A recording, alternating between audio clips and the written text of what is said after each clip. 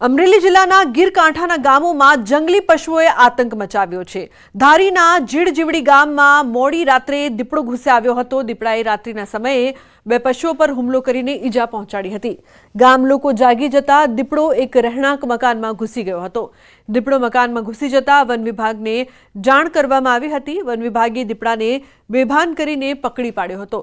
દીપડાને Jasadhar animal care centre લઈ જવામાં આવ્યો હતો। વારંવાર રહેણાંક વિસ્તારમાં જંગલી પશુઓ ઘૂસી આવતા ગામ લોકોમાં ફફડાટ ફેલાયો છે।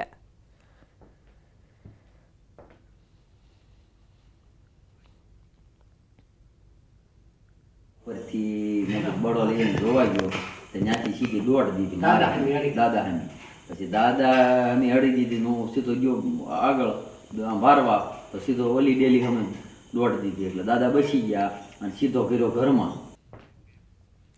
તો ગીર સોમનાથમાં માનવ લોહી તરસ્યા દીપડાનો આતંક જોવા મળી રહ્યો છે। રસોડામાં બેઠેલી બાળકીને દીપડાએ ફાડી ખાધી। ગીર સોમનાથના કોદિયા ગામે આ સમગ્ર ઘટના બની છે। રસોડામાં ભોજનની રાહમાં બેઠી હતી 4 વર્ષની નાની બાળકી। બાળકીના પિતાએ બચાવવા પાછળ દોટ મૂકી। બાળકીનો મૃતદેહ પટાંગણથી થોડે દૂરથી મળી આવ્યો। બાળકીના મૃતદેહને પીએમ અર્થે ગીર ગઢડા ખસેડાયો છે। તો માનવભક્ષી દીપડો પાંજરે પુરાયો છે। વારંવાર દીપડાના હુમલાથી લોકો ઘરની બહાર જતા પણ ફફડી રહ્યા છે।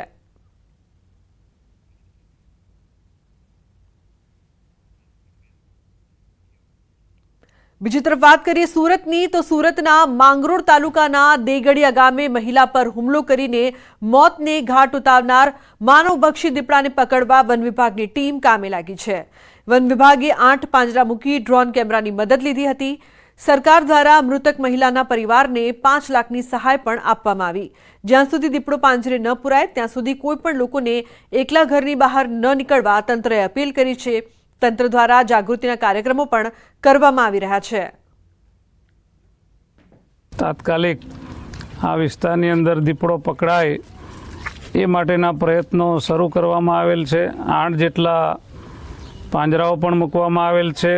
અલગ અલગ 8 ટીમ બનાવી અને દીપડાને શોધવાનું કામગીરી ચાલુ છે અને અલગ અલગ વિસ્તારોમાં દીપડાના ફૂટમાર ખગારની પણ શોધખોળ ચાલુ છે। તો જે પ્રકારથી ધારી, અમરેલી, ગીર સોમનાથ અને સુરતના ગામના દ્રશ્યો આપ જોઈ રહ્યા છો, આ ત્રણેય વિસ્તાર છે કે જ્યાં માનવભક્ષી દીપડાએ આતંક મચાવ્યો છે। વન વિભાગે 8 પાંજરા મૂકી ડ્રોનની મદદ પણ લીધી છે, પરંતુ અહીં રહેતા જે લોકો છે તેઓમાં ભયનો માહોલ છે, કારણ કે આ માનવભક્ષી દીપડો છે તે વારંવાર પોતાના શિકારની ખોજમાં અનેક લોકોને નિશાન બનાવી રહ્યો છે। ધારી, અમરેલીના દ્રશ્યો પણ જુઓ, ત્યાં પણ દીપડા દ્વારા હુમલો કરવામાં આવ્યો। તો બીજી તરફ એક બાળકીનું મોત થયું છે। ગીર સોમનાથમાં 4 વર્ષની માસૂમ બાળકીને દીપડાએ ફાડી ખાધી। તો સુરત પાસેના ગામમાં પણ દીપડાના આતંકથી લોકો હેરાન પરેશાન થયા છે। દીપડાના હુમલામાં મહિલાનું મોત પણ નીપજ્યું।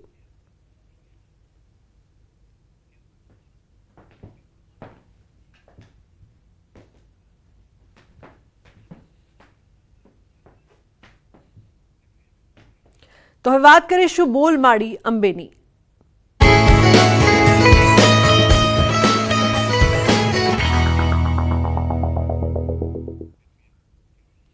તો ભાદરવી પૂનમના મેળામાં ભક્તિ શક્તિનો સંગમ જોવા મળ્યો। માં અંબાના દર્શનાર્થે જતા પદયાત્રી સેવાની સરવાણી વહી રહી છે। ટ્રેક્ટરમાં અનોખો કુલ્ફી કેમ્પ જોવા મળ્યો। ગરમી વચ્ચે લોકોને કુલ્ફીનું વિતરણ કરી ઠંડક આપવાની સેવા કરી રહ્યા છે ડીસાના ઢુવા ગામના લોકો। વર્ષોથી કુલ્ફી કેમ્પનું આયોજન કરવામાં આવે છે। કુલ્ફી અને આઈસ્ક્રીમ કેમ્પનું આયોજન કરીએ છીએ છેલ્લા 5 વર્ષથી। સમગ્ર યાત્રાળુઓને ગરમીના વાતાવરણમાં ઠંડક મળી રહે એ માટે એ હેતુથી આ સુવિધા કેમ્પનું અમે આયોજન કરીએ છીએ। ધાનેરામાંથી તમે 10 વર્ષથી હું ચાલતી જાઉં છું અને અહીંયા ઠંડકની આઈસ્ક્રીમો વેચાય છે। ઘણો પૂરી કરે ભગવાન તો મનોકામના પૂરી કરે।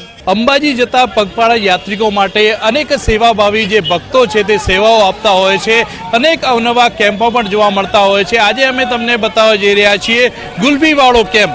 તમે દ્રશ્યમાં જોઈ શકો છો કે આ જે ડીસા તાલુકાના ધુવા ગામના જે લોકો છે તે આ ટ્રેક્ટરની અંદર એક ફ્રીજ લઈને આવ્યા છે અને ફ્રીજમાં જે ગુલ્ફી લઈને આવ્યા છે, જે માઈ ભક્તો અહીંથી અંબાજી પગપાળા જઈ રહ્યા છે તમામ માઈ ભક્તોને જય અંબેના નાદ સાથે ગુલ્ફી પ્રસાદ રૂપે અત્યારે આપી રહ્યા છે. અને અત્યારે ગરમીનો માહોલ હોવાના લીધે ગરમી વધુ છે અને ગરમીમાં ભક્તો ઠંડા રહે તે માટે આ ગુલ્ફીનું જે વિતરણ છે તે અત્યારે કરવામાં આવી રહ્યું છે.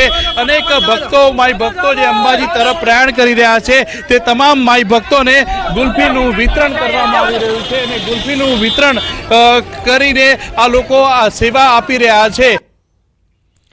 તો અંબાજીમાં ચાલતા ભાદરવી પૂનમના મેળાનો આજે ચોથો દિવસ છે અને 3 દિવસમાં 9.88 લાખ શ્રદ્ધાળુઓએ મા અંબાના દર્શનનો લાભ લીધો છે. ગઈકાલે અંબાજીમાં ત્રીજા દિવસે 4.89 લાખ શ્રદ્ધાળુઓએ માતાજીના દર્શન કર્યા હતા અને ગઈકાલે મંદિર પર કુલ 699 ધ્વજાઓ ચડી હતી, જ્યારે ગઈકાલે અન્ન ક્ષેત્રમાં 85,000 લોકોએ નિઃશુલ્ક ભોજનનો લાભ લીધો હતો, જ્યારે મોહનથાળ પ્રસાદના 3.50 લાખ પેકેટનું વેચાણ થયું હતું. 18મી સુધી ચાલનારા આ મેળામાં હાલ પણ મોટી સંખ્યામાં પદયાત્રીઓ અંબાજી પહોંચી રહ્યા છે. તો યાત્રાધામ અંબાજીમાં ભાદરવી પૂનમનો મેળો ચાલી રહ્યો છે. લાખો શ્રદ્ધાળુઓ મા અંબેના દર્શન કરવા માટે આવી રહ્યા છે, ત્યારે શ્રદ્ધાળુઓ દર્શન કર્યા બાદ મોહનથાળનો પ્રસાદ લેવાનું ભૂલતા નથી. કોઈ મોહનથાળનો પ્રસાદ લીધા વગર જાય તો યાત્રા અધૂરી રહે તેવું લોકો માને છે, જેના કારણે પ્રસાદ કેન્દ્ર પર લાંબી લાઈનો લાગી છે. મંદિર દેવસ્થાન ટ્રસ્ટ દ્વારા 16 ઉપરાંત મોહનથાળના પ્રસાદ વિતરણ માટેના સેન્ટર ઊભા કરવામાં આવી રહ્યા છે. અંબાજી મંદિર દ્વારા ચીકીના પ્રસાદ વેચાણ માટે પણ વ્યવસ્થા કરવામાં આવી છે, પરંતુ ચીકીના પ્રસાદનું વેચાણ નહીવત હોવાથી ચીકીના વેચાણ માટે માત્ર 2 સ્ટોલ જ કરવામાં આવ્યા છે. મોહનથાળ પ્રસાદ કેન્દ્ર પર લાંબી લાઈનો જોવા મળી હતી, ત્યારે ચીકીના વેચાણ કેન્દ્ર પર ગણ્યા ગાંઠિયા યાત્રિકો ચીકીનો પ્રસાદ લેતા નજરે પડ્યા હતા. 80 થી 85% મોહનથાળના કેન્દ્ર ધમધમી રહ્યા છે.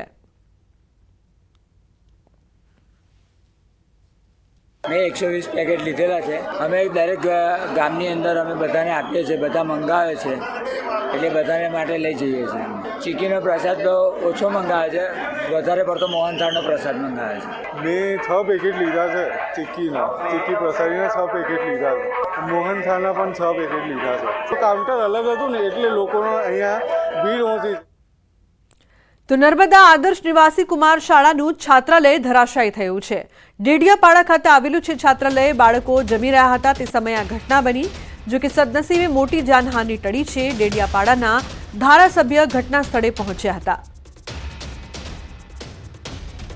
તો ફોનલાઈન પર સંવાદદાતા દીપક જોડાયા છે વધુ માહિતી આપવા માટે. દીપક, બાળકો જમી રહ્યા હતા તે સમયે આ જે ઘટના બની છે તે અંગે શું અપડેટ્સ? બિલકુલ, ખાસ વાત કરીએ લુબના તો જે ડેડિયાપાડા ખાતે આદિજાતિ વિકાસ વિભાગના ગુજરાત રાજ્ય સંચાલિત આદર્શ નિવાસી શાળા આવેલી છે.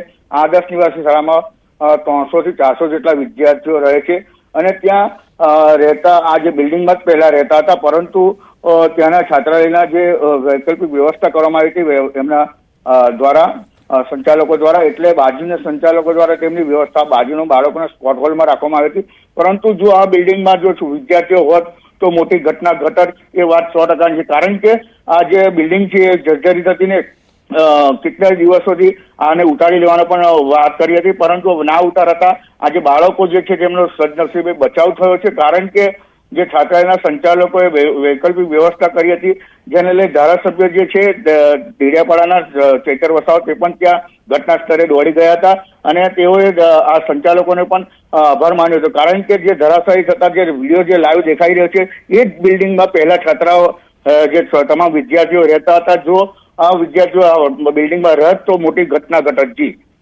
બિલકુલ દીપક, જે પ્રકારથી આ જે જોવામાં આવી રહી છે બિલ્ડિંગ, તે બિલ્ડિંગ પોતે પણ ખખડધજ હાલતમાં જોવા મળી રહી છે, તો શું તંત્રને આ અંગે કોઈ જાણ નથી કે કોઈ અકસ્માત થાય તેની રાહ જોઈ રહ્યું હતું તંત્ર? બિલકુલ કહી શકાય કે જે બિલ્ડિંગ જે છે બિલ્ડિંગ જર્જરિત હતી અને તંત્રને જાણ પણ હતી, પરંતુ આ બિલ્ડિંગને ઉતારવાની જગ્યાએ એ લોકોએ અન્ય જગ્યાએ બાળકોને રાખ્યા હતા, પરંતુ બિલ્ડિંગ ઉતારી ન હતી. જો પણ એક મોટી વાત એ છે કે જે સંચાલકોને વૈકલ્પિક વ્યવસ્થા ના કરી હોત તો આજે 200-300 જેટલા વિદ્યાર્થીઓ છે જેઓનો જીવ ગુમાવવાનો વારો આવત. ત્યારે કહી શકાય કે જે આ મોટી જે ઘટના છે જે દુર્ઘટના છે એ ઘટતી રહી ગઈ છે અને બાળકો બચી ચૂક્યા છે. કારણ કે જે ડેડિયાપાડાના ધારાસભ્ય ચૈતર વસાવા પણ ત્યાં પહોંચી ચૂક્યા હતા અને સંચાલકો સાથે વાત કરતા તેઓને જાણ થઈ કે જે બિલ્ડિંગ છે તેને ઉતારી લેવાની તો વાત કરી હતી તંત્ર દ્વારા, પરંતુ અત્યાર સુધી બિલ્ડિંગ ના તોડી પાડતા આ જે ઘટના ઘટી છે અને બિલ્ડિંગના જે લાઈવ દ્રશ્યો આપણે જે બતાવી રહ્યા છીએ કે જે બિલ્ડિંગ કઈ રીતે પડે છે. જો પડત અને જો વિદ્યાર્થીઓ હોત તો મોટી ઘટના ઘટત. જી બિલકુલ દીપક, આ જે સમગ્ર ઘટના છે તેમાં કોનો વાંક કાઢવો? કારણ કે તંત્રની પણ ભૂલ છે, શાળાનું જે તંત્ર છે તેની પણ ભૂલ છે. કારણ કે આ પ્રકારની ઘટનામાં જ્યારે અકસ્માતમાં જાનહાનિ થાય પછી તંત્ર દોડે તેનો કોઈ મતલબ નથી રહેતો. દીપક, બિલકુલ કહી શકાય કે જે તંત્રની જ આ જે વાંક કાઢાય, કેમ કે જે બિલ્ડિંગ જે છે જર્જરિત હતી ત્યારે આ જર્જરિત બિલ્ડિંગ આટલા વર્ષો હોવા છતાં પણ જો ના હટાવી અને ના તોડી પાડવામાં આવી એટલે આજે આ બિલ્ડિંગ જે જાતે ધરાશાયી થઈ છે. પરંતુ સદનસીબે સંચાલકોના જે છાત્રાલયના જે વિદ્યાર્થીઓ છે તેમને અન્ય બિલ્ડિંગમાં બાળકોના સ્પોર્ટ હોલમાં રખાતા આજે મોટી ઘટના જે છે ઘટતા રહી ચૂકી છે. ત્યારે આ બાબતે કાયમ આ ધારાસભ્ય જે ચૈતર વસાવા છે તે પણ કહે છે કે જે તંત્ર છે અને આ ભ્રષ્ટાચારની બિલ્ડિંગ એમ કહી શકાય, કારણ કે ભ્રષ્ટાચારની બિલ્ડિંગ હોય તો જ આ પડે. કારણ કે આજે એની મરામત પણ નથી કરવામાં આવી અને એનું પૂરેપૂરો જે આ બિલ્ડિંગ પડી છે તે તંત્ર પર જ કહી શકાય કે જે તંત્રના પાપે જ આ પડી હોય તેમ લાગે છે. જી બિલકુલ દીપક, છાત્રાલયની અત્યારે જે હાલત આપણે જોઈ રહ્યા છે ટીવી સ્ક્રીન પર દ્રશ્યોમાં, તેની મરમ્મત કરવી પણ એક મોટો સવાલ છે કારણ કે એકદમ ખખડધજ હાલતમાં છે. આ છાત્રાલય વિશે થોડી વધુ માહિતી આપશો? શું અહીં રોજ વિદ્યાર્થીઓ આવતા હતા અને આ છાત્રાલયમાં જ સમગ્ર કામકાજ કરવામાં આવતું હતું કે કેમ? બિલકુલ, આ જે કુમાર છાત્રાલય છે, જે આદર્શ નિવાસી કુમાર છાત્રાલય છે, છાત્રાલય લગભગ 25-40 વર્ષથી ચાલે છે અને આ છાત્રાલયમાં 200 થી 300 વિદ્યાર્થીઓ આજુબાજુના ડેડિયાપાડાના ગામડાના જે વિદ્યાર્થીઓ છે રહી અને શાળાએ ભણવા જતા હોય છે. અને ખાસ વાત કરીએ તો આ બિલ્ડિંગ જે છે એ બિલ્ડિંગ લગભગ 30 થી 40 વર્ષ પુરાની હતી અને એને મરામતની પણ જરૂર હતી. આપણે વિડીયોમાં પણ જોઈ શકીએ છીએ કે જે બિલ્ડિંગ છે જે પૂરેપૂરી જર્જરિત છે અને જર્જરિત બિલ્ડિંગને અત્યાર સુધી કેમ આ તંત્રએ ના તોડી પાડી અને કેમ નવી ના બનાવી એ પણ એક મોટી વાત છે. જી સંજ્ઞા. બિલકુલ, આપ જોડાયેલા રહેશો. જે પ્રકારથી ડેડિયાપાડા ખાતે આવેલું આ છાત્રાલય છે, આ છાત્રાલય ધરાશાયી થઈ ગયું. સદનસીબે બાળકો એટલા માટે બચી ગયા કારણ કે એ સમયે તે લોકો જમવા ગયા હતા, પરંતુ તેની હાલત જુઓ, કયા પ્રકારના છાત્રાલયમાં આ બાળકો ભણી રહ્યા છે. જે છાત્રાલયનું બિલ્ડિંગ હતું તે આજે 30 થી 40% પડી ગયું છે. આ છાત્રાલયમાં 296 વિદ્યાર્થીઓ રહેતા હતા, અભ્યાસ કરતા હતા, પરંતુ અહીંના આચાર્ય અને એમના સ્ટાફની સૂચકતાને કારણે એ વિદ્યાર્થીઓને થોડા સમય પહેલા જ અહીંથી બાજુના એક મકાનમાં શિફ્ટ કરી દીધા, નહીં તો આજે ખૂબ મોટી જાનહાનિ થવાની હતી. દીપક, જે પ્રકારથી આપણે અહીં પ્રતિક્રિયાઓ પણ જોઈ રહ્યા છે કે અધ્યાપકના સમય સૂચકતાને કારણે વિદ્યાર્થીઓને ખસેડવામાં આવ્યા, પરંતુ આ ખૂબ જ કહી શકાય કે ગંભીર બાબત છે કારણ કે અહીં ઘણા બધા બાળકો છે તે ભણતા હતા. જો જાનહાનિ થાત તો ખૂબ જ મોટી થાત. જવાબદાર કોણ? બિલકુલ સંજય, વાત કરીએ તો જે આ જાનહાનિ થાત તો બહુ મોટી થાત, કારણ કે 200 થી 300 જે વિદ્યાર્થીઓ છે આ છાત્રાલયમાં રહેતા હતા અને આ છાત્રાલયમાં રહીને અભ્યાસ કરતા હતા. ત્યારે કહી શકાય કે જે જવાબદાર છે એ તંત્ર જ જવાબદાર છે, કારણ કે જે બિલ્ડિંગ જે છે આપણે જોઈ શકીએ છીએ કે બિલ્ડિંગ ના જર્જરિત હાલતમાં છે. તેમ છતાં આટલા વર્ષોથી કેમ આ બિલ્ડિંગ નથી તોડી પાડવામાં આવી અને નવી બિલ્ડિંગ કેમ નથી બનાવવામાં આવી એક મોટો પ્રશ્ન છે. ત્યારે આજે તમામે તમામ ઘટના છે એ ઘટનાને તાજ મેળવવા માટે જે ડેડિયાપાડાના ધારાસભ્ય છે એ ત્યાં પહોંચી ચૂક્યા છે ઘટના સ્થળે, અને ઘટના સ્થળે પહોંચી અને તમામે તમામ બાળકો જે સુરક્ષિત જોઈ અને મન સંતુષ્ટ કર્યું. પરંતુ વાત એ છે કે જે બિલ્ડિંગ જે છે એ જે છાત્રાલયની બિલ્ડિંગ છે, છાત્રાલયની બિલ્ડિંગ અચાનક ધરાશાયી થઈ છે. જો વિદ્યાર્થીઓ અંદર હોત તો આ મોટી દુર્ઘટના ઘટક એ વાત પાકી છે, કારણ કે તંત્રના પાપે આ થઈ રહ્યું હોય તેમ લાગી રહ્યું છે. જી બિલકુલ દીપક, તંત્રના પાપે આપણે આવી ઘણી બધી ઘટનાઓ જોઈ છે કે જેમાં ઘણા બધા બાળકો ભોગ પણ બન્યા છે અને આ બિલ્ડિંગ ધરાશાયીના જે દ્રશ્યો અહીંયા દીપક સામે આવી રહ્યા છે તેની હાલત ખૂબ જ ખરાબ છે. ખંડેર જેવી હાલતમાં આટલા બધા માસૂમ બાળકો ભણવા જાય છે, તંત્રને શરમ આવી જોઈએ. દીપક. બિલકુલ સંજય, કહી શકાય કે જે બિલ્ડિંગ છે એ બિલ્ડિંગ લગભગ 30 થી 40 વર્ષ પુરાની છે અને આ બિલ્ડિંગમાં જે જર્જરિત હોવાના કારણે આ બિલ્ડિંગની હાલત પણ આપણે જોઈ શકીએ છીએ કે ક્યારે પડે એ કંઈ નક્કી ન હતું. પરંતુ હાલ તો જે સંચાલકો છે, સંચાલકોને સમય સૂચકતાને લઈને જે ભોજન આપવાનું હતું 12 વાગે ભોજન આપ્યું, ત્યારબાદ એમને અન્ય બિલ્ડિંગમાં ખસેડવામાં આવ્યા હતા અને આ ઘટના ઘટી છે. એટલે બહુ મોટી ઘટના કહી શકાય, કારણ કે જે બિલ્ડિંગ ધરાશાયી થઈ છે જેના લાઈવ વિડીયો પણ આપણે બતાવી રહ્યા છીએ. જી બિલકુલ દીપક, આપ જોડાયેલા રહેશો. અને અહીં જે લાઈવ ઘટનાના વિડીયો સામે આવ્યા છે, છાત્રાલય ધરાશાયી થયું છે, પણ તેનાથી પણ મોટી વાત એ કે આ જ છાત્રાલયમાં માસૂમ બાળકો છે તે અભ્યાસ કરી રહ્યા હતા અને જે સમયે આ ઘટના બની તે સમયે આ બાળકો જમવા ગયા. જો બાળકો એ સમયે છાત્રાલયમાં ઉપસ્થિત હોત તો કેટલી મોટી જાનહાનિ થઈ શકતી હતી, તે મોટો સવાલ ન્યૂઝ 18 સતત ઉઠાવી રહ્યું છે. છાત્રાલય ધરાશાયી થવાના લાઈવ વિડીયો પણ આપ જુઓ.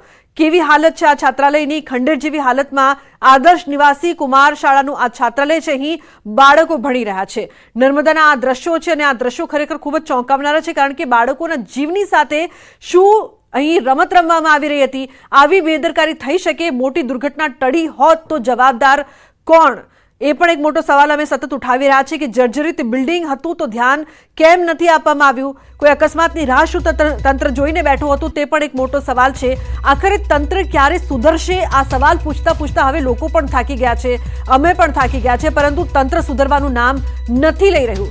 મોટી દુર્ઘટના ટળી હોત તો જવાબદાર કોણ, તેવા અનેક સવાલોની સાથે હવે તંત્રએ ખરેખર આ અંગે જાગૃત થવાની જરૂર છે, કારણ કે નાના માસૂમ બાળકોનો જે જીવ છે તેની પછી છેલ્લે કિંમત લગાવી દેવામાં આવે જ્યારે મોટી દુર્ઘટના બને તે બિલકુલ સાંખી ન લેવાય. તો નર્મદામાં આદર્શ નિવાસી કુમાર શાળાનું છાત્રાલય છે કે જે ધરાશાયી થયું છે.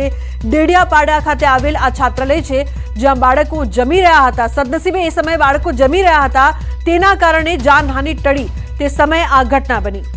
ફોન લાઈન પર દીપક જોડાયા છે વધુ માહિતી આપવા માટે. દીપક, બાળકો જમી રહ્યા હતા એટલે જાનહાનિ ટળી એવું કહીને આપણે આ વાતની ગંભીરતાથી કહી શકાય કે ધ્યાન બીજે ના કરી શકીએ, કારણ કે આ મોટી દુર્ઘટના થઈ શકતી હતી.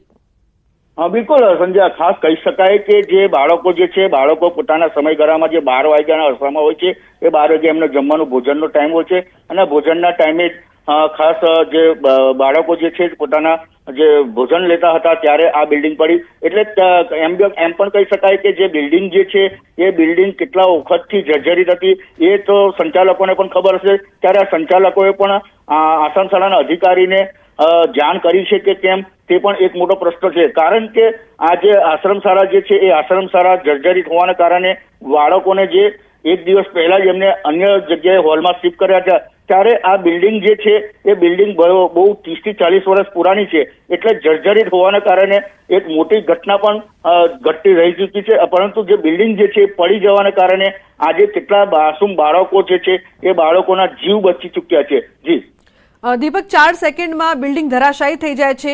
આ જે બિલ્ડિંગ શાળાના સંચાલકો છે તેમની સૌથી ગંભીર ભૂલ કહી શકાય. અત્યારે આપ એ જ ઘટના સ્થળે ઉપસ્થિત છો. બાળકો કે વાલીઓ સાથે આપની કોઈ વાતચીત થઈ છે ખરી કે આવી જોખમી બિલ્ડિંગમાં તેમના બાળકો અભ્યાસ કરતા હતા? બિલકુલ સંજય, વાત કરીએ તો જે આ વિડીયો છે, વિડીયો વાયરલ થયો છે. આજે 12 વાગ્યાની ઘટના છે અને આ વિડીયો વાયરલ થતા ન્યૂઝ 18 ગુજરાતી પર પ્રથમવાર આ બતાવવામાં આવી રહ્યો છે. કારણ કે જે વિડીયો જે છે એ ધારાસભ્ય જે ચૈતર વસાવા છે એના તરફથી મળ્યો છે. એટલે જે ચૈતર વસાવા. બિલકુલ દીપક, આભાર સમગ્ર માહિતી બદલ.